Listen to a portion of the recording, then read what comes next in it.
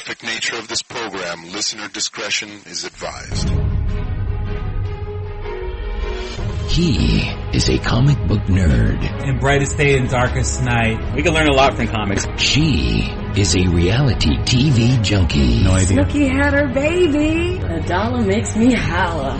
Chris likes sci-fi. They do a brain transplant into this whole new body, but it's you. Kristen likes celebrity gossip. Breaking news. Oh, more breaking news? It's not official. Official. Before it was just a rumor. Hey, Stu, our pets moved back in together. What do they have in common? Nothing. You're listening to Two Strangers, One Podcast. Now, here's Chris and Kristen. Ladies and gentlemen, I'd like to introduce to you Janine Naimoli Frederick. Am I pronouncing that correctly? Not at all. Not at all? Okay. How did I... That's okay. Everybody screws it up. It's Janine Naimoli Frederick, but you could just call me Janine. That's fine. And, okay. yeah. Hello. I've mentioned this on the show, and anyone who's ever listened to our episode with Mike and Ming, we had supported your Kickstarter. Part of the reward was you got us on this morning show with Mike and Ming. So first and foremost, I want to thank you for doing that, because that was just super awesome, coming down to the stash and hanging out and recording with the guys. And, it was such a cool, relaxed atmosphere. And, whenever me and Kristen, we set up and it looks like a mess of wires. And then we go there and they got a mess of wires too. Yeah. On a crappy poker table. Yeah. And so awesome. It's nice to know that it's not just, it's not just us that have it looks like a technician's nightmare when you see everything all set up all crazy and and stuff like that. So basically you're doing, you've accomplished your Kickstarter. Congratulations. Mm-hmm. Thank you. It's for your comic book, yeah. Quandary. So basically, do you want to give the audience kind of just a quick rundown of what's going on? It's kind of like the future post 9/11, but to the extreme. If you want to describe that to them. That's it. Yeah, you did it. No, it's set in 2032, and it's really imagine like Orwell's 1984 happening for real, almost. It's not to that extreme. There's no TV screen in your house yelling at you to keep exercising. We do have thought crime, and protesters are considered terrorists, which I gotta be honest with you, it's kind of happening now. It's basically everything taken to the extreme. It's a glance at what the world could be like if things were allowed to get carried away. It's basically a story of these people who are trying to bring things back to normal because of events that have happened in their lives. During the course of them trying to bring things back to normal, the government finally steps in and decides that it's time to silence them. Oh. Yeah, so now you've got these people who, they've been trying to just not really get their agenda out there, but just bring awareness to the people around them, and they were doing this. Mm-hmm. They've finally been perceived as enough of a threat that the government steps in, says, all right, well, we're just going to nip this in the bud, declares them terrorists, and goes after them. So it's these people trying to survive. It's them trying to escape the situation, but still carry on with their original mission of bringing things back to where they were, maybe where they are now, or where they were post 9/11 or before 9/11. Rather than a police state type of situation, which is what you're dealing with in the world that the story is in. There's been a war in the Middle East in the story that's been going on, for about 30 years. People are being drafted. People are they're dying. Food is being regulated. Mm-hmm. Things are being rationed. Freedoms are just completely stripped away. There's curfews. You're not allowed to go into the subway system past 7 o'clock at night, so. Mm-hmm. It's kind of like, New York's restrictions on the soda ban taken way, way, way out there. It's way more than soda now. It's everything. It's everything. What's really what blows my mind, and I got a chance to meet your husband briefly. The cool thing about this comic book is that you're the writer and he's the artist. Yeah, and he's the main artist. So there's other people that work on it? There's going to be, yeah. I made some arrangements with artists to get them on board before we did the Kickstarter to make sure that they would be on board. A few of them, schedules permitting, hopefully they're all still on board. Otherwise, they start my search all over again. you know, because people's schedules change and they kind of have to sway with what they need to survive. But there's quite a few artists who are on board, who are about to start working on stuff. I've had some other artists do pin-up work for the project that's going to, you know, be kind of revealed later as the project unfolds more. I wanted to have the first 2 issues out and see how they were going first before I really started bringing things to the forefront for everybody. Issue 3 is actually almost complete. It's in its coloring stage now, but it won't be released for a while because because of Hurricane Sandy, our entire schedule got screwed up. And then on top of that, me getting repeatedly sick. So it slowed down the process of the first 3 issues. Issue 1 was already done. By the time Hurricane Sandy happened, it affected everything. It affected the vendors that we were dealing with. It even affected Comixology. So we had something in the works with them for the beta of Submit before anything ever started. We knew we were going to be on board for that. We could say anything, but we were also at the mercy of their scheduling because of what they were dealing with on top of what we were dealing with at home and in our area. It just really threw everything off kilter. So we are spacing the issues out more than we originally wanted to kind of bring everything to some sort of normal balance again. So instead of them being out monthly, they're going to be really bi-monthly until things just normalize out a little bit. And that's one of the hardest parts. And I do not envy editors at all. Editing your own books, you find anything and everything that could go wrong will go wrong. And you just really have to roll with the punches and really not feel bad about it. I mean, for the longest time, I stressed out over, oh, God, it's going to be late now. Crap, what am I going to do? I need a backup plan. Maybe I should hire another colorist to help out, and blah, blah, blah. And I had some people who were interested in helping out. Their prices were reasonable. And then Sandy happened. And I was just like, all right, I was stressing out before. Now I'm just losing my mind. Now an act of God is... Exactly. I mean, there's a freaking roller coaster in the ocean, and we had looters. It was serious. And no power for 11 days. And when the entire thing is digital. None of us could even work on anything for 11 days. We ran out of battery power on the computers like the first day, you know what I mean? Yeah. And we didn't have a generator at the time. The neighbor had a generator. We honestly thought that it wasn't going to be that bad because we had gone through Hurricane Irene. They told us to evacuate. We were like, oh, crap, this must be bad. They're telling us to evacuate. We lived here 6 years at the time. We were like, we've never been told to evacuate for a storm. We packed everything else, the computers, all of it, even the Cintiq. We left the house. We went to my dad's. We lost power here for about 24 hours. The water from Irene wasn't the same type of water that you got with Sandy. The water from Irene was groundwater because there was more rain, so our entire basement flooded. So everything we had in the basement that was on the ground that wasn't plastic was lost. We did not expect that to happen. You know, we just figured it was going to be high winds and this and that, trees falling. We have lots of oak trees. We were like, oh, all right, it's not going to be that bad. I'd never been through a storm where we had flooding, and it had never flooded here before, ever.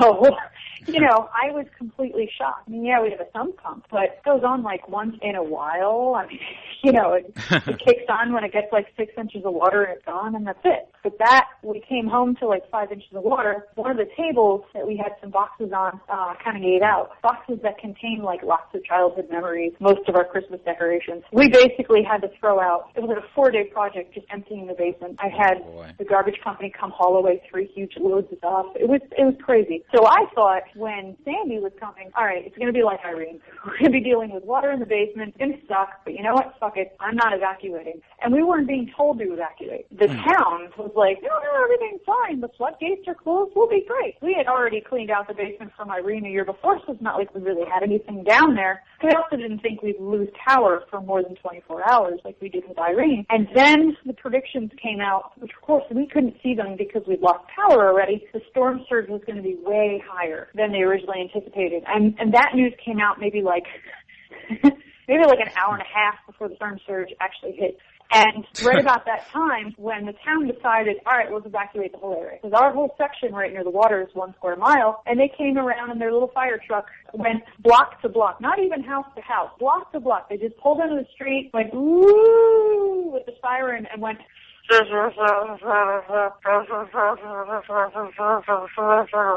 what it sounded like. And we're like, what the fuck are they saying? And, they went to the next block, woo, I'm like, shit, Are they telling us to evacuate? I don't know. We didn't. We stayed. Our neighbors next door stayed. Our neighbors on the other side of the stayed. One neighbor had a generator. The other one had a boat and extra fuel. So we all just kind of made a deal with each other. We each had something that the other needed. I had extra ice and, all this stuff at my house, lots and lots of supplies because I had stocked up after Irene. The storm came. The water came up at about 1:30 in the morning. I was asleep. There was no rain. There was absolutely no rain. It was misting, and that's about it. So the basement was dry as a bone. The water, according to my neighbors, because they went out in the middle of the street at 1:30 in the morning to see where the water line was, it literally stopped in front of their house, literally right in front of their house in the street. And we all live about 3/4 of a mile in from the bay. The town on either side of us, which jut out into the bay a little bit, they got decimated, completely decimated. Two of our friends who live in the next town over 4 blocks from the ocean were trapped in their house. Their neighbor's house floated away. They were trapped in their house for 4 days. Wow. They opened their front door, and their house was 6 feet off the ground. The water was literally right below their first step. You open up the door, and it's right there. There's the ocean. We were really lucky because if there was an additional foot on that storm swell, I have no doubt me and my neighbors would have had at least 2 feet of water in here. It was that bad. And if you Google the devastation, pictures of the devastation, either Kingsburg or Union Beach, those literally are the two towns on either side of our little tiny 1 square mile. Yeah. Their water that destroyed all of their, everything, literally stopped in the street right in front of our next door house, next door neighbor's house. That's great because we didn't see the kind of water damage that everybody else saw. We had some wind damage, but the problem was the aftermath. The aftermath was horrendous because we didn't know we were going to be without power for 11 days. We all kept running out of gas to the generators. We kept going on hunting expeditions for gas and more food because we all ran out of food pretty quickly. I remember it was 3 days after the storm, we'd heard on the radio that the A&P down by the highway was opening up to sell dry goods, so they had no power, so you had to bring a flashlight and you had to bring cash. And we went to the A&P and we're walking around. I'm looking for pancake mix. I'm looking for soups. They were out of just about everything, although I did get the last add water only pancake mix. Right next to me, there's people shoving food in their jacket pocket. They're stealing. I mean, they're just totally taking shit and they're not putting it in the cart. They didn't have a cart. They're just shoving it in their clothes. And the lady who works at the store was just looking the other way. She was like, I just don't give a shit. I don't get paid enough to deal with what's happening in front of me right now. Plus, I think she also realized shit had officially hit the fan. The last thing you do is they're stealing. Stop it. What are you going to do? Call the police and they're going to come, an hour and a half later? They had to monitor every single street that had to be closed off. There were roads that were completely washed away for a good 4 or 5 days. And you had people trying to drive down them. So the cops kind of had to deal with that rather than dealing with people stealing soup and Chef Boyardee from a food store. I think that was when I really realized, holy shit, this is going to be bad. Society as we know it is breaking down pretty fucking quickly.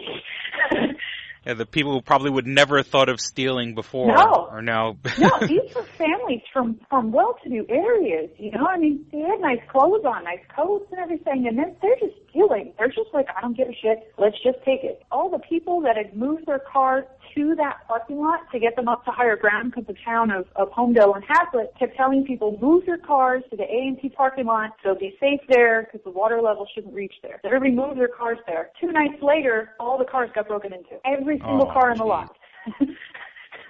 Got broken into, stuff stolen, people's radios missing. Anything they had in the car was gone. Yeah, it was crazy. So, we get back here from A&P, we put everything away, and then I think it was the next day, we were having dinner at the neighbor's house because everyone's food in the freezer was defrosting, and they had a turkey breast, and it was just, they had to use it or they were going to lose it. They put it on the grill, beer can style, and it was delicious. Oh my God, best damn thing I ever ate.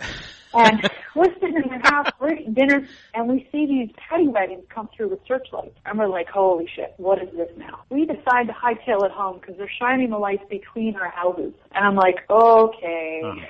is not good. So we go home, everything's fine. We have no light, but everything's fine. That's kind of when I made the decision that from then on I was going to sleep on the couch with the back door barricaded with furniture. That way if they did open the door and you broke the glass on the back door and open it, it would hit a chair that would hit a bench that would hit the wall. You couldn't get it open. And if you did get it open, I'd get it. I slept on the couch facing that with the front door to my left, all the blinds down, fake candle in the window to show that there was light, because what was happening was any of the houses that were empty for people who had evacuated or left because of water damage, they were just getting broken into left and right. People, one guy had all of his copper pipes stolen, like from the basement. I mean, they just took the plumbing. That was nuts. He got really desperate and the to guy take scrap it plumbing. You know, it was to them it's scrap metal. They can go and sell that and make $4,000 or $5,000 on copper. That's what we saw a lot of happening. People from Keensburg and Union Beach who now are displaced and kind of had nothing to lose, who had pickup trucks, were literally just driving around the neighborhood to keep an eye on who's home, who's not, what's there, what they could see through your windows. I mean, every single day you saw these people in the neighborhood. You saw people walking around you'd never seen before. So yeah, you felt like the Wild West. You had to protect your homestead. So I slept on the couch armed. Wow. Every night. In like, you know, a 60-degree house at that point because it was 32 outside. It was frightening. It was probably the most stressful experience I've ever had. It was like a nonstop anxiety attack because you couldn't relax. You could not relax because every little thing made you think, is that someone trying to get my house? Or is that someone trying to get my car? Or worse, you know? One guy, because I used to do stuff with the police, right after the storm, I was directing traffic on the major highway that's right near where I live. It was right when Obama was in town with the military convoy, him and Christie. I actually got to wave the convoy by as it went down Route 36, and that was kind of exciting. I mean, you can't tell which one he's in or which one Christie's in, but it was just like, holy shit. This is real. The most powerful man on the planet right there. So I'm waving them by, and as I'm waving them by, a call comes in on our police radio that someone in the next town in Highland took out a gun and shot somebody else because he wanted something he had, some sort of storm supply, and then got in his gold pickup truck with whatever it was he took from the guy and drove away, and guess where he was headed? Up Route 36 towards us. So we're now like, well, this is not good. You know, we're standing out there in the middle of the highway basically in uniform, like big fucking targets, and this crazy bastard is on his way up the highway with a gun after just shooting someone. So luckily the police did get him before he was able to reach where we were. They got him right before he hit the highway. But that's the kind of shit that was happening just within 2 days. You know what I mean? So it was really just astonishing to see everything just break down. People were just... society took not even 11 days, 12 days or something like that, not even. People are already hurting each other and stealing from each other. And it was crazy. It's like, you're living like something that would be in a comic book. You're living it. Yeah, I felt like I was in The Walking Dead. I really did. I felt like Rick Grimes. Yeah, a lot of people say, like using The Walking Dead as a reference. A lot of people think about how prepared they are for when the shit hits the fan, and even that show Doomsday Preppers that got really, like 12/21/12, that day. They had like a marathon on that day about Doomsday Preppers and stuff like that, and we really, and it does make you pause and say, God, wow, how prepared am I when the shit hits the fan? Granted, those people are nuts. I mean, I've watched a couple of those shows and one guy is like, I'm prepared for sunspots. Sunspots are going to kill us all. I'm like, no. I appreciate them sharing tips about, hey, if you don't have electricity, this works. Or, hey, if you are having trouble getting clean water, this works. But that's really educational. Some of those people are just off the rails. Like the ones that are like, we're going to pack up all our farm animals into a bus. Everyone's going to put on matching yellow plastic suits and gas masks, and we're going to drive down the highway and rain through people because we just don't give a shit. It's just all about us. It's like, whoa, okay. First off, like there's one guy, I watched an episode the other day. He lives near Mount St. Helen, or whatever the hell. Mount St. something.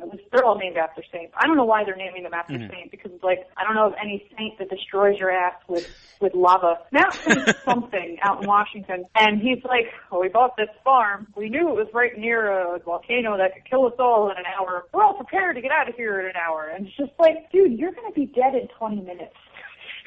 I'm watching them on the show pack up. There's going to be nothing to run to. There's nowhere you're going. You know, they're packing up a bus with pigs and chickens and a year's supply of rice and beans. Dude, you are a moving target if you even make it off your property. Don't think for 1 second if shit breaks down that people are just going to be like, oh, they're prepared. Let's let them go by. No, they're going to kill your family and take all your stuff. Like, it's crazy. Which is like the scene in I forgot, Tom Cruise, Steven Spielberg, War of the Worlds, the remake. You know, the scene where he pulls into town and he has the only working van, and people start shooting each other over that van. First, they all crowd the van and start breaking the glass and try to get in, and then, you know, once they pull the driver out, people are literally shooting each other, and that's the scariest part. You know, we don't have to worry about aliens or monsters or zombies. We're the worst danger to ourselves. No, don't worry about anything like that. You got to worry about the other people. People who even are like really, really nice to each other, and, you know, oh no, you can go first in line. It's okay. I only have 3 items in my cart. No, they will get fucking crazy. Because it's survival. It's just natural human survival. It doesn't matter who you are, how wonderfully open and accepting of everybody you are. You will beat a motherfucker in the face to grab the last bag of rice if you hit the fan. It's true. So kick an old lady down the stairs. You know, I mean, I don't think that ever in our lifetime we're ever going to see an event so bad as these doomsday preppers are talking about. I don't think we're ever going to see a global EMP or anything like that. But we might see another Sandy. And if we see another Sandy after seeing how things broke down and how much the police were able to keep together and running and how the government reacted, you can kind of plan for that. You know what I mean? So, you know, we're still doing stuff here to try and make sure, okay, well, you know, do we have, like, say, a can of egg product that if we were to lose power for 11 days again, we both like eggs, I can just use this powder, mix a little water in, and we have scrambled eggs, you know, like stuff like that, you know, and okay, the can lasts for 5 years if we don't open it. That's great, because if we are going to have another storm like that, it's going to be within 5 years. And if we don't, well, guess what? 4.5 years, I donate that whole can to charities so that they could feed people. And that's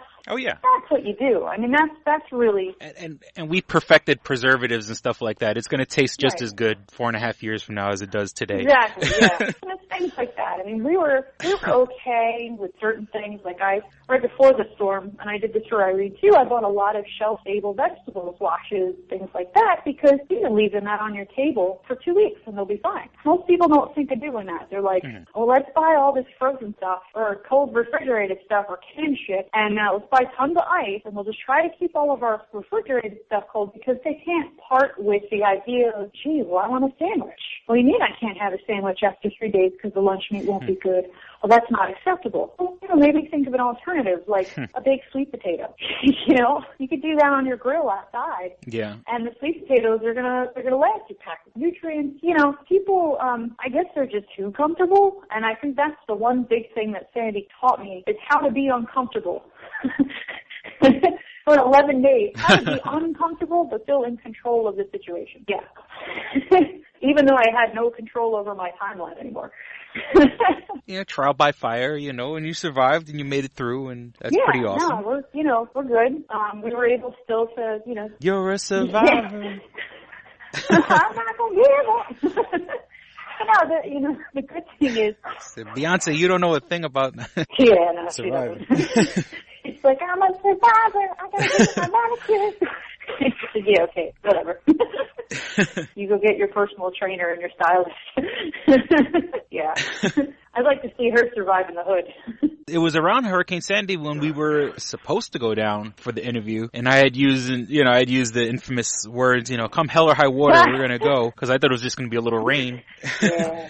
And I swear that's what Kristen texted me, and I'm like, "Oh, come hell or high water, we're gonna make it." But no, they were fate had other plans. Itself was shut down for a little while, and Mike and Walt had just serious damage to both of their houses, so they weren't even thinking about anything besides that.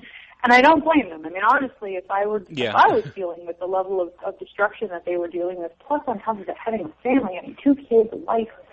I mean, I would be losing my mind, I think. We rescheduled not just you guys, but a lot of other people were finally caught up on the list that was supposed to be for October, November. People were delayed all the way out until basically February, just because they were still dealing with stuff. And they're still dealing with stuff now. It's pretty crazy. Nothing has just magically ended for everybody. Everybody's still dealing with some sort of recovery, whether it be financial now or still physical recovery. Some people just lost everything altogether and are just trying to find a place to live.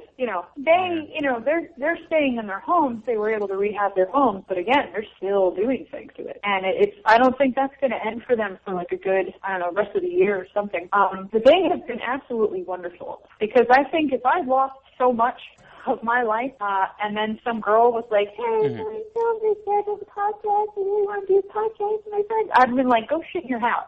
Seriously, go shit in your hat, lady, because we're dealing with a lot right now. But they were wonderful, and I wanted to give them some space, too. I didn't want to just be like, the next week, be like, how you guys making out? Can we do podcast? I wanted to wait until I thought things were a little bit better for them to kind of approach that again.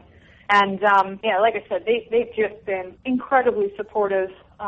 Even considering that the comic itself is a digital-only comic, they're not making any money off of sales of this comic because it's not sold in their store. It's sold only online. So, thinking about that, them not making a dime and still helping me out, it's awesome. I really, truly believe, not just in the project, but they believe in me, and they believe in Ken, and they believe in what we're doing. And I can't thank them enough. I really can't. It means the world. Yeah, now, like when Kristen and I went down, we got there early because I think Mike and Ming actually showed up a little bit late because I think Mike was having problems with his car or something like that. Like Ming had to pick him up. So when we were hanging out, we went to the Starbucks. We saw Rob Bruce. Are these guys? How do you know them? Other than, do you know them just from the stash? Do you know them from the neighborhood? Don't be wrong. Everyone was super awesome. You're just walking up to hey guys, how you doing? Honestly, when I went to high school, you were at home at the store.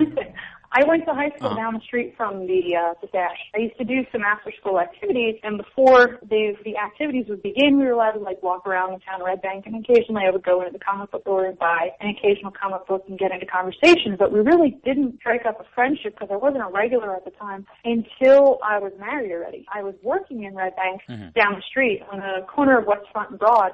Every day I would leave for lunch, go across the Skid Lake. They had this vegetarian restaurant. I really enjoyed their food, and then I'd walk down the street. My husband would be like, if you go to the stash today, can you pick me up this book or can you pick me up that book? I was like, sure. So they put a pull list together for me back then. And just from being there regularly and just talking to them, I guess our friendship kind of started then. Also, back when I was in college, I knew some people who were assistant PAs and stuff on Kevin's film. It was just interesting. You start meeting people by chance because you're in Red Bank, you're filming something in Red Bank, your friend is on set, and he's like, hey, let me introduce you to so-and-so. I don't think they remember any of that, because I know Mike wasn't there for any of that, but Ming might have been. But yeah, it's just those little brushes each time that you're kind of in town and you start remembering each other, and it's just years and years and years and years of me going to the shop. And I think when things really bloomed into a friendship was when Ken and I decided to kind of get into comics. It started with my husband first. He wanted to draw comics because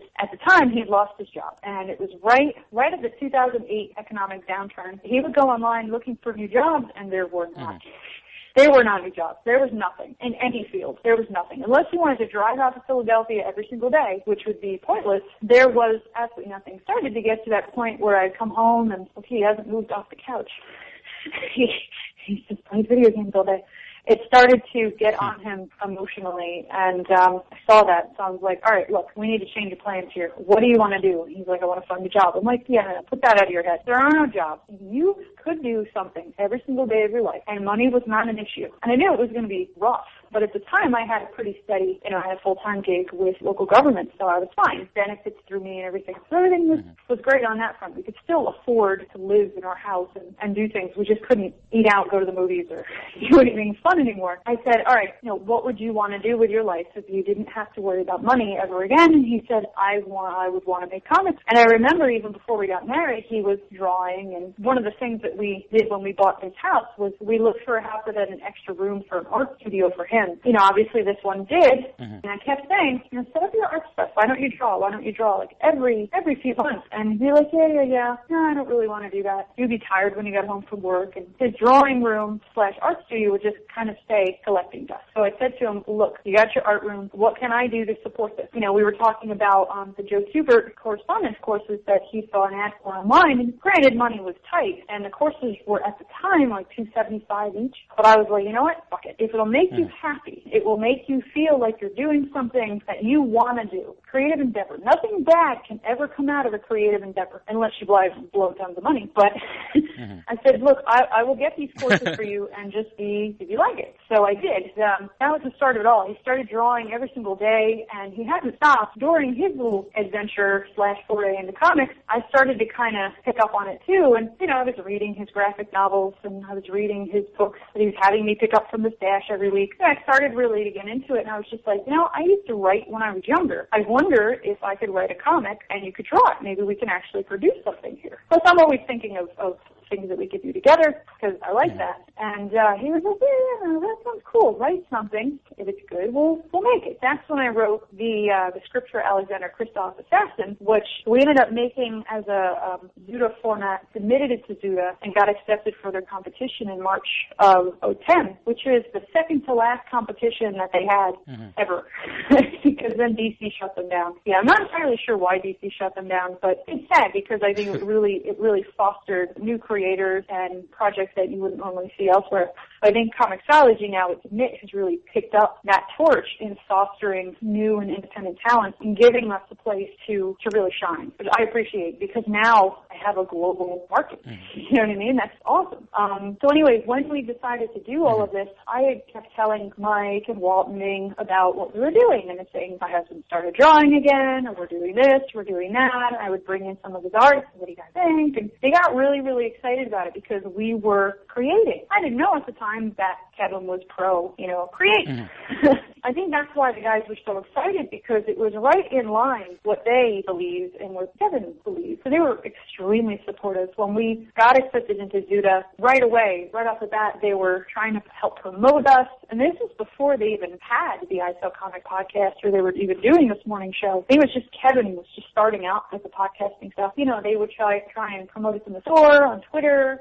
They helped hand out stickers and flyers for us. They talked to customers about what we were doing. And we actually, between them and some of our other just grassroots marketing efforts, going up to the city every day and going from one comic shop to another and just talking to the owners and talking to the managers and talking to the customers and handing out stickers to people on the street in the middle of the city, all of that together got us in the second place. We were in first place for 29 and a half days, and then right at the end we fell out of second place because the guys who were in fifth, within the last, 2 weeks, had risen from fifth to second, and then all of a sudden to first. They, at the last minute, drummed up a whole buttload of excitement about their comic, and their comic really was good, and I knew that they were the ones to beat, so I'm not upset that they won, I think if we were to lose to anybody, we lost to a really, really good comic. It was still exciting. It was still just exciting to be part of that and exciting to even just make friendships because there were other competitors that we ended up talking to online. I ended up meeting a few of them, and you stay friends with them, So it's cool. And if anything I got from Zuda, it was exposure, and it was these new connections to people who are passionate about the same thing that we're creatively passionate about. And I wouldn't trade that in for the world, second place or not.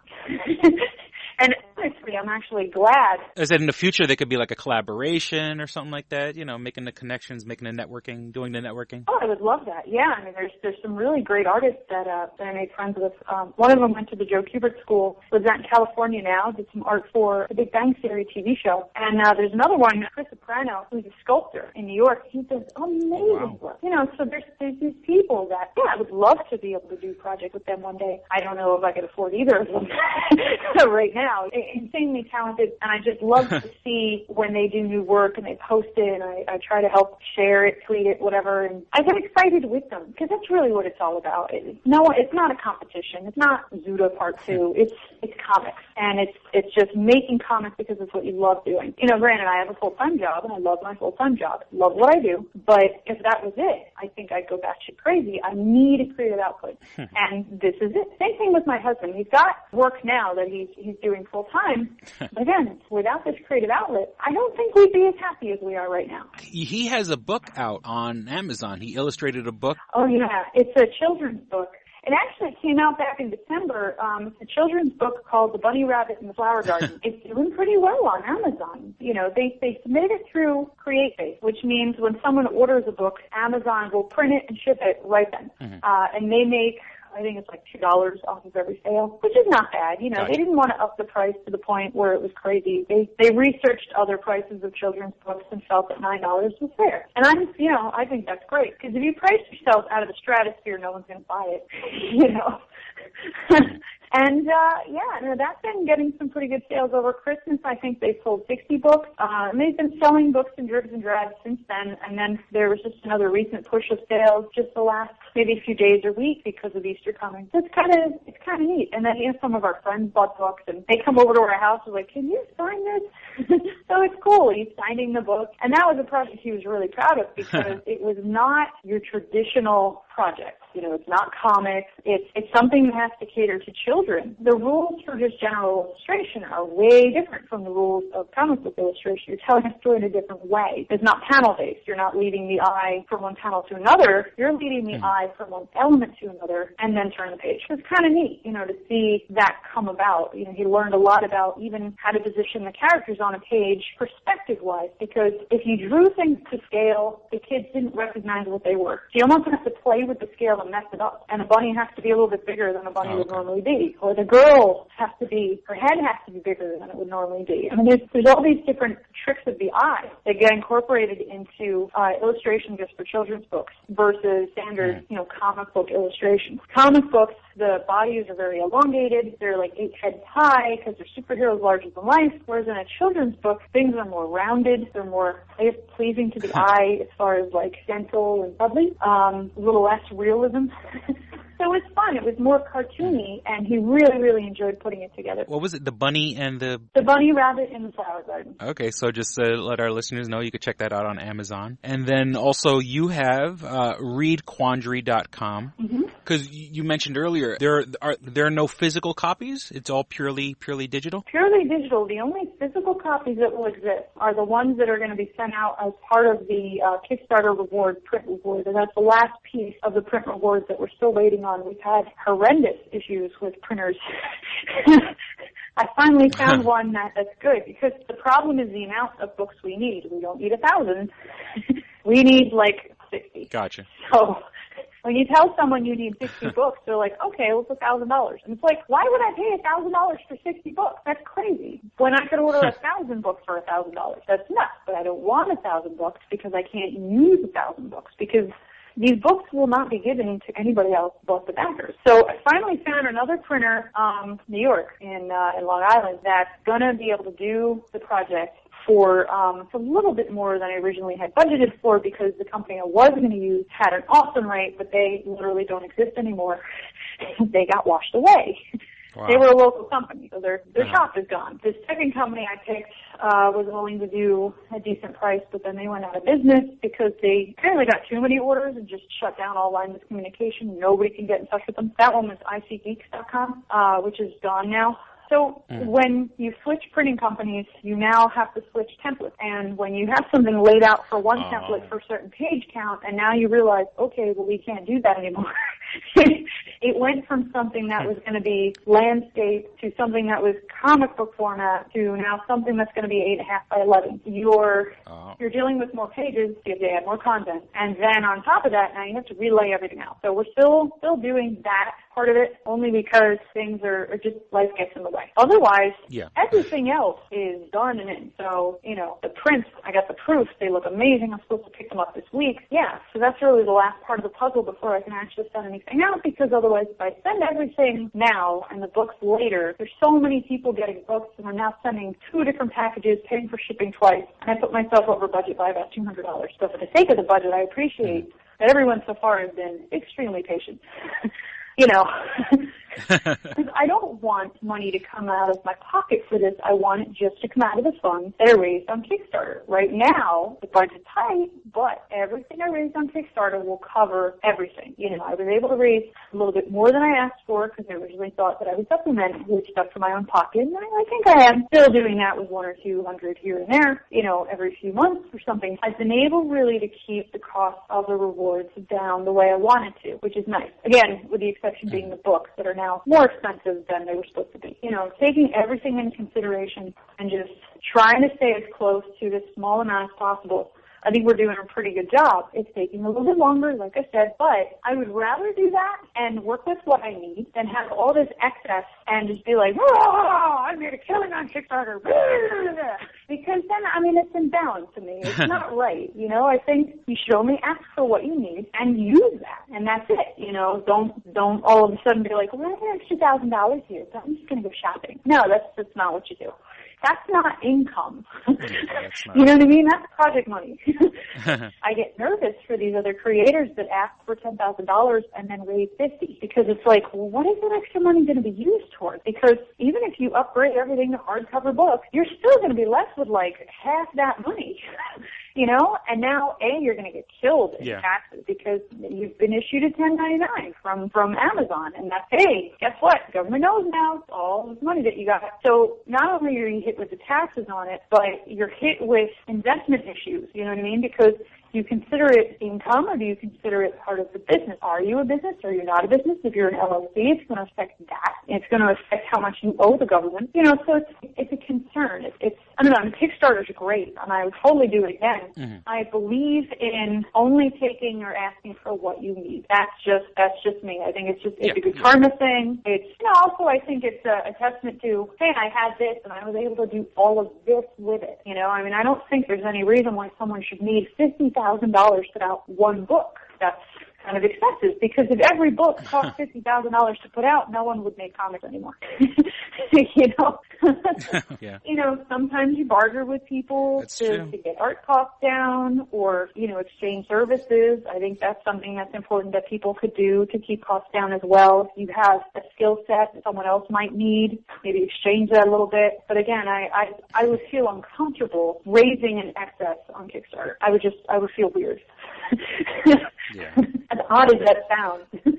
The last time we had met, you couldn't mention it, but I guess you can talk about it now. The Quandary is available on Comixology. Yeah, Quandary number 1 was part of the original Comixology Submit launch that happened at the very, very end of 2012, just a few days before January. So promoting that right before Christmas was a little bit difficult, because, people were thinking about Christmas.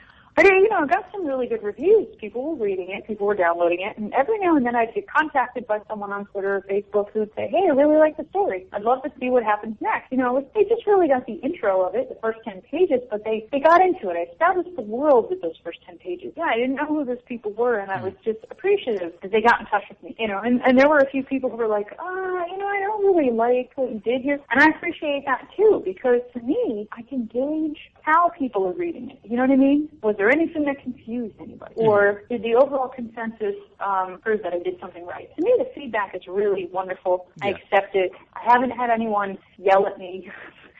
Whereas with the Zuda project, some of the feedback I got were by people who could not articulate themselves in a normal fashion, so instead sent death threats. Wow. They didn't like the story. I don't know what they did about the story, but they just felt that I should die. So I appreciate actual usable criticism as opposed to having to walk... constructive criticism. Yeah, as opposed to having to walk in front of the email down to the detectives unit and be like, hey, so if I had a bid, this is why.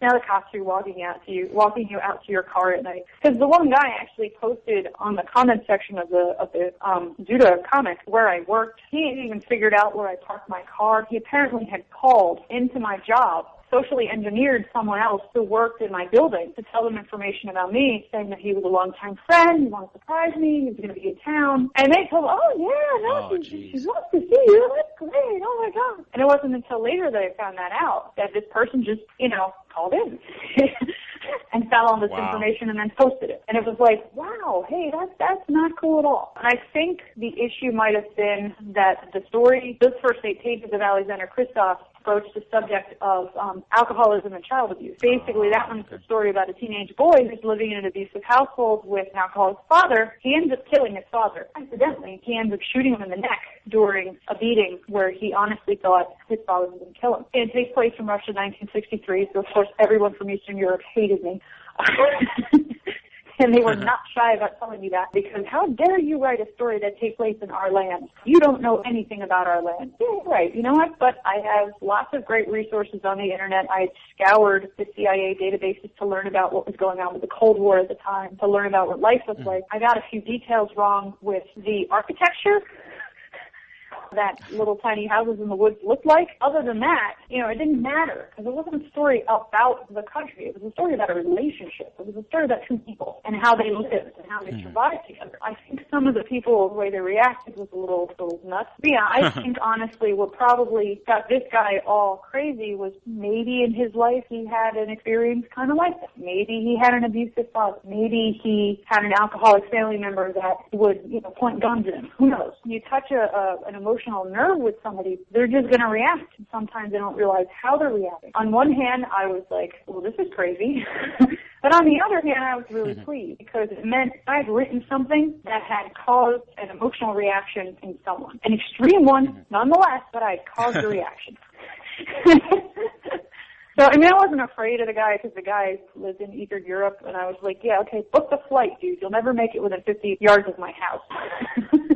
Yeah, that you struck a chord, and it's not like you were trying to be rude or mean in striking a chord. You were just being true to the story, and then it struck a chord. So, yeah, that's the way it resonates with people. That's strong. That's, what's the word I'm looking for? That you made an impact. Right, and if I'm not making an impact, I'm doing something wrong. That's how I see it. And I treat Quandary the same way. I'm sure Quandary is going to piss a few people off who might think that I'm being one-sided or liberal with certain things, that might think, oh, she's just a tree-hugging piece of shit. That's not the case at all. What they're reacting to is the characters. And if they're reacting that way to the characters and they don't believe the same way the characters believe, they live with different ideals in their heads, then that's great, because then that just means I've made the characters real. I have no doubt a few people are going to be like, that character, fuck that character, I hope that character dies. Well, that's good. I hope you do think that, because A, the character might die, and B, that means that you connected with that character on some level, enough to hate that character or enough to love that character. You're either going to root for them or you're going to hate them, and it's my job to make you feel something. Yeah, it always reminds me of actors who play killers, like in movies or on TV, where if they do a good job, public sometimes they get their wires crossed, and they see that guy. Like if I ever saw the guy who plays Saw in in the street, I'd probably I'd probably duck and cover, because I think he did an awesome job playing the character, Right, he made it believable, and so that's not easy to do. Now I know with Comixology, I think you might have mentioned this, it does have where it kind of, one thing that's cool about Comixology is that it'll zoom in on certain things. Do you have input in that, or is that... No. Do they decide? We submit a large format PDF to them, and then their team of stitchers, I guess, that cut up the comic and we stitch it back together for guided view. And it's really interesting to see their interpretation of things when we finally do see it in guided view. And there have been several times where I've gone through guided view. The first time was with one of the comics, and I look at it and go, oh my God, they knew exactly what I was going for. You know what I mean? They knew exactly where I wanted your eye to go, or they knew exactly what the impact point of this panel or this page was. I love that. I mean, it's a crapshoot. It's totally like handing it off to an artist and not really talking to them afterward and just seeing what they come back with. Which if you're working with an artist, communicate with them. But with comicsology, I don't get the chance to say, hey, by the way, this should be the focus of this panel. It's really just, okay, well, here's the comic. Let's see what you guys do with it. It's really awesome. I mean, the way that they do what they do it's awesome. They know exactly what they're doing. You know what I mean? From a reading standpoint. Yeah, it's like when a director works with an editor, but I'm pretty sure in the history of film, it's not every director gets to talk to the editor. Or pretty sure the editor probably moved some things around, but but the director probably was happy with the overall outcome. Yeah. That's awesome. That I had a feeling. I was like, how do you tell somebody how to do it? But I guess they just do it. Yeah, no, they do it. I mean, you can contact them and say, hey, I'm Channel 5. Just so you guys know, can you do this? You can do that. They do give you that opportunity to communicate with them, to give them specific instructions, but I don't, because I really, even just for a test for myself, I want to see what they do. Because if they do what I hope they do, again, I mean, they did something right. So far, they're doing what I hope or expect them to do, and I've been nothing but happy with comicsology. When the contract information came out to people about how the pricing works and how much you make versus how much gets banked before you get your royalty check, there were a few people that were like, oh, that's crazy. Why do I have to wait until I make $100 to be able to cut a check? Blah, blah, blah, blah. You're holding on to my money. Dude. Okay, first off, you don't have pre-costs.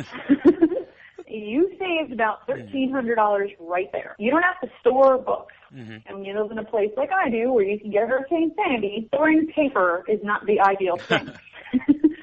All right off the bat, you don't have to worry about that. Server fees. Yeah, you don't have to worry. Global distribution. Exactly. You've gotten global distribution right then and there. The comic has been reviewed by people. Some of those guys who work with comicsology, by the way, used to be editors. They don't come right out and say that. But guess what? A lot of them are.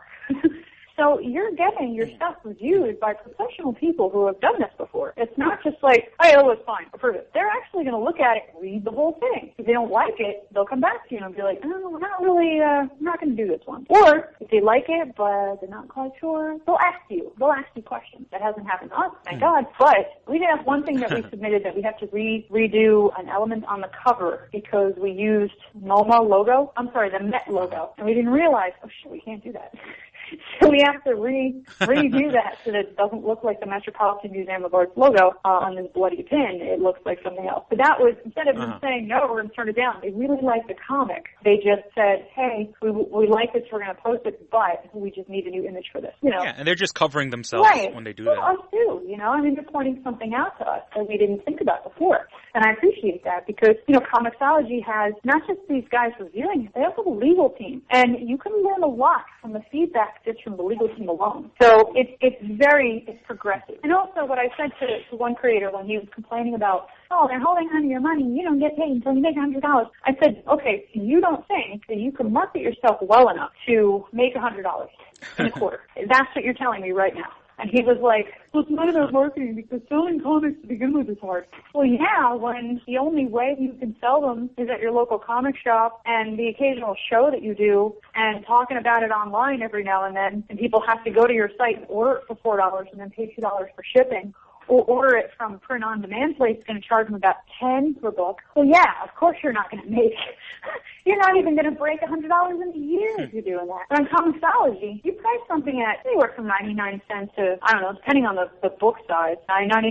People are going to go, no, I don't think I'm going to try that. People who never even expected to try your comic are going to try your comic. Even if you're not marketing, people are going to try your comic just because it's there. It looks interesting. And as you do market yourself, I have no doubt that people will be able to be successful if they market themselves correctly. Between not having print costs, being able to have that global reach, I think it's a silly decision not to look at comicsology submit as a viable option, a viable business option for your comic.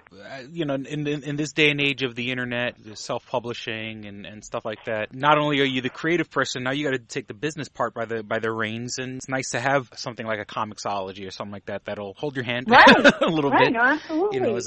As opposed to if you're dealing with a creator on putting boxes in your trunk and driving up the coast. Yeah, then your books get stolen off your table, someone spills coffee on them. If you want to do creator-owned, if you work for Marvel or DC, a lot of your marketing is taken care of for you by Marvel and DC. They want their books to be successful. If you're doing a creator-owned project, they also want to know, editors want to know that you can market yourself. Why are they going to take a risk on your story for a new creator if they don't see your ability to gain momentum about your creation? Because that's all part and parcel. Yeah. If you can drum up the excitement for your project and you can make it successful, which I think you can, that's a huge step in the right direction. The other thing, too, is when you're doing creator-owned projects, there's going to be some legal concerns that you might have, especially when dealing with artists maybe you've never dealt with before. Always have a work-for-hire contract unless you're going to do something where you split the cost with people or split the project income with people. Splitting project income can get messy unless you're netting like $50,000 a year from it. You know what I mean? With the quandary, there's no point in splitting the profits because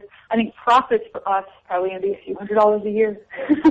That's it. So what, you're going to get a royalty check of $35? That's, ooh.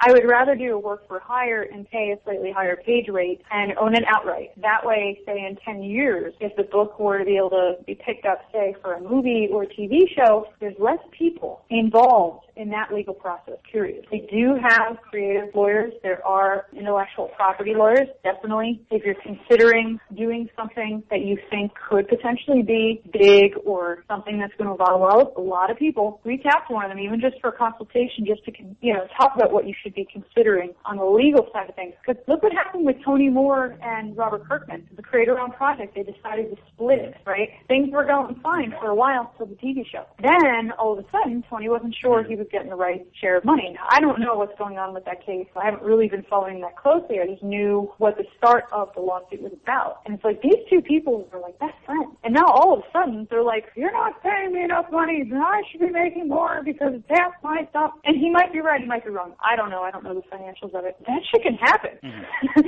Yeah. The other creative person might be your best friend, might even be your spouse, but you still have to protect your creation. Now, the difference with Ken and I is we split this 50-50. So even if, say, down the line, I were to undergo some horrible life change and become a sleepwalking whore, and we ended up divorced, it's automatically an understood thing that it's 50-50. That's not going to happen, so everything's fine. It's just like any type of major decision. If you're going to buy a house with a friend, lawyers are involved. You know what I mean? You don't make big decisions that even do start out small financially without having some level of protection behind you. And it's not, I don't trust you, so I need you to sign this paper. It's, I'm smart. I'm smart about thinking about the future and what could happen. And I'm taking a risk. So I'm going to minimize the amount of financial risk I'm taking by reaching out to legal counsel and getting pointed in the right direction. Mm-hmm, definitely. And it's, it is like creative people, when you ever have a creative collaboration, it's like a married couple anyway. Mm-hmm. Well, absolutely. And what happens to married couples? They occasionally fight. They occasionally disagree and argue. Someone might throw a freshly baked pie at the other one. Shit happens. Hopefully you're not throwing pastries at each other.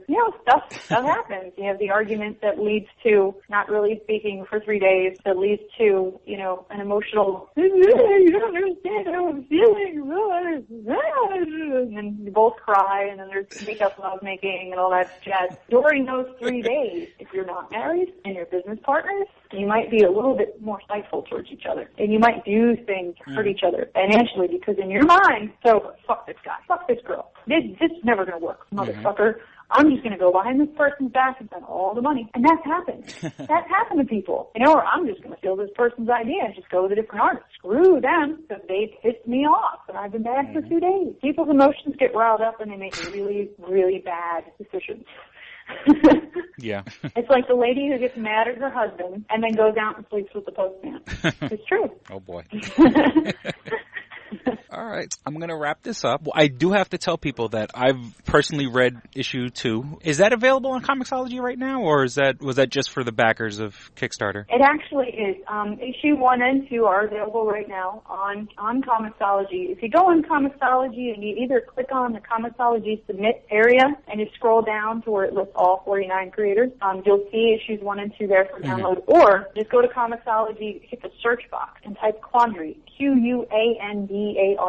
I see people spell it wrong all the time. Yeah, Quandary. Yeah, Quandary, basically. Otherwise, if you do Quandary without the second A, it might not come up. It might, who knows. Knowing the Comixology guys, they were smart enough to put the alternate misspelling in the search results. Yeah, just go online, type it in. It's 99 cents each issue. Each issue is 10 pages. Issue 3, when that comes out, will actually be 12 pages because it's action-packed. I hope people like it. I really do. You know, I mean, it's just something fun that I really enjoy, and I hope it takes off. I hope people read it and they're like, wow, you know, that's just really made me think. It made me think about things going on around me in my own world, and I could kind of see where this alternate future could happen. Like, I hope I just connect with people. I hope the characters connect with people most of all. Yeah, and I do have to say, well, my mom taught me, if you don't have nothing nice to say, don't say nothing at all. But that being said, I read issue 2. I immediately jumped on Facebook and I was, look, I just finished reading issue 2, and it was freaking awesome. Thank you. You know what I'm saying? Like, that was an unsolicited, I honestly, like, when I was finished reading issue 2, I was like, wow, you know, and I really do want to know where it's going. If I didn't like it, I just wouldn't have said anything. I mean that in the best possible way, that I jumped right on Facebook. I just finished issue 2. I'm digging it. I really do. But if you did have negative feedback, I would accept it. And I would read it as long as it was criticism. Oh, yeah. Not a death threat. Not, I fucking hate your face, you know. Not, the comics suck. Okay, well, why does it constructive suck? criticism. You know, what did you not like about it? That way maybe I can factor that into considering what readership might be interested in. That kind of feedback is helpful. Yeah. So, yeah, no, I really do appreciate it, though. I really, really do appreciate it. Just the support that's come from all different areas has been awesome. And I just, you know, I don't try to push it, like, in people's faces, you know, like, eat the pudding, you know. I don't try to do that. I just hope that people, you know, my occasional tweet or my occasional post, find it more organically. I enjoy seeing that happen. I enjoy seeing people just get interested by just, you know, passing it and going, oh, what is that? And being willing to spend the 99 cents to check it out. I think that's cool. I mean, I don't expect to make millions of dollars off this thing. That's not what this is about. It's about just getting a project out there. I'm excited. I'm really excited, and I'm surprised and humbled at the same time just to see the reaction that it's gotten so far. For people who just may not know, Comixology is available on iOS devices. It is available on Android devices, because I get my Comixology from my phone. Because, you know, don't get me wrong, I love to buy physical comics. I'm that type of person where, like, I impulse buy at 1 o'clock in the morning, or if I'm sitting at the doctor's office twiddling my thumbs, you know, I grab my phone and then I'll grab something off of Comixology. So it is available on portable devices, iPad, Kindle tablets and stuff like that, and of course the computer and smartphones, iPhones, iPads, all that wonderful stuff. So once again, I want to thank you for coming on the show. I'm really digging the work, and I'm looking forward to the stuff that happens in the future. Let's just wrap it up, and thank you for listening to Two Strangers, One Podcast. I'm Chris. Thank you for having me. This has been awesome. And thank you for supporting the project, really. All right, here we go, man. Go ahead. You want to read Double Jackpot. What is it? It is a self-published book by Christopher Cologne. Chris Cologne? Smells good to me. But look at her. That broke that fucking cold little exterior. He's like, hee. But it is spelled C-O-L-O-N. Him punny. But Double Jackpot is a book about a comic book artist, Eric, who is in a loveless relationship with a materialistic I feel you, Eric. Lynette. Oh, fucking, are you sure I didn't write this? Sounds hauntingly familiar. He starts cheating on his girlfriend with a more creatively supportive woman, Nadia. Well, I gotta meet her. Where's the Nadia? There's your summer girlfriend. Summer Nadia is Nadia. Nadia? Yeah, I think Nadia spelled with an A. All right. Both Lynette and Nadia play the double jackpot, the largest payout in lotto history, much like the recent Powerball. Both girls play his birth date as the winning numbers. Eric is now stuck between two of the country's richest women. Who will he choose? It's not that simple. This is a clever fucking idea, man. Is. Look at her. Fucking, she's impressed. I am. She got some summer reading. Christopher Cologne smells real lovely with an original idea. This is. I've never heard this before. I haven't either. This is a self-published book, much in the indie spirit as Kev's Clerks. Oh, you don't even need to name check me. This is just a good idea. You could stand on your own, man. You don't even have to be like, hey, remember Clerks? This is nothing like that. This is way more original than Clerks. This is a good idea, man. Why didn't I think of this? I need something to read. This book is part of the Comic Books, Heavy Metal, Video Games Trilogy Book 2. Odd I See, A Tale from the Road, coming soon. Right on, man. It's part of a trilogy. This is the first part. Way to write, man. He's seeking a literary agent. Motherfuckers, anybody out there? There ain't no literary agents listening to this show. I assure you, sure. Sure. I assure you, sure. But somebody know a literary agent? Hook a motherfucker up! Chris Cologne come up with an original idea. I should tell Raskin. That's a good fucking idea, to be honest with you. That's a fucking rom-com right there. Megan, get Raskin on the phone.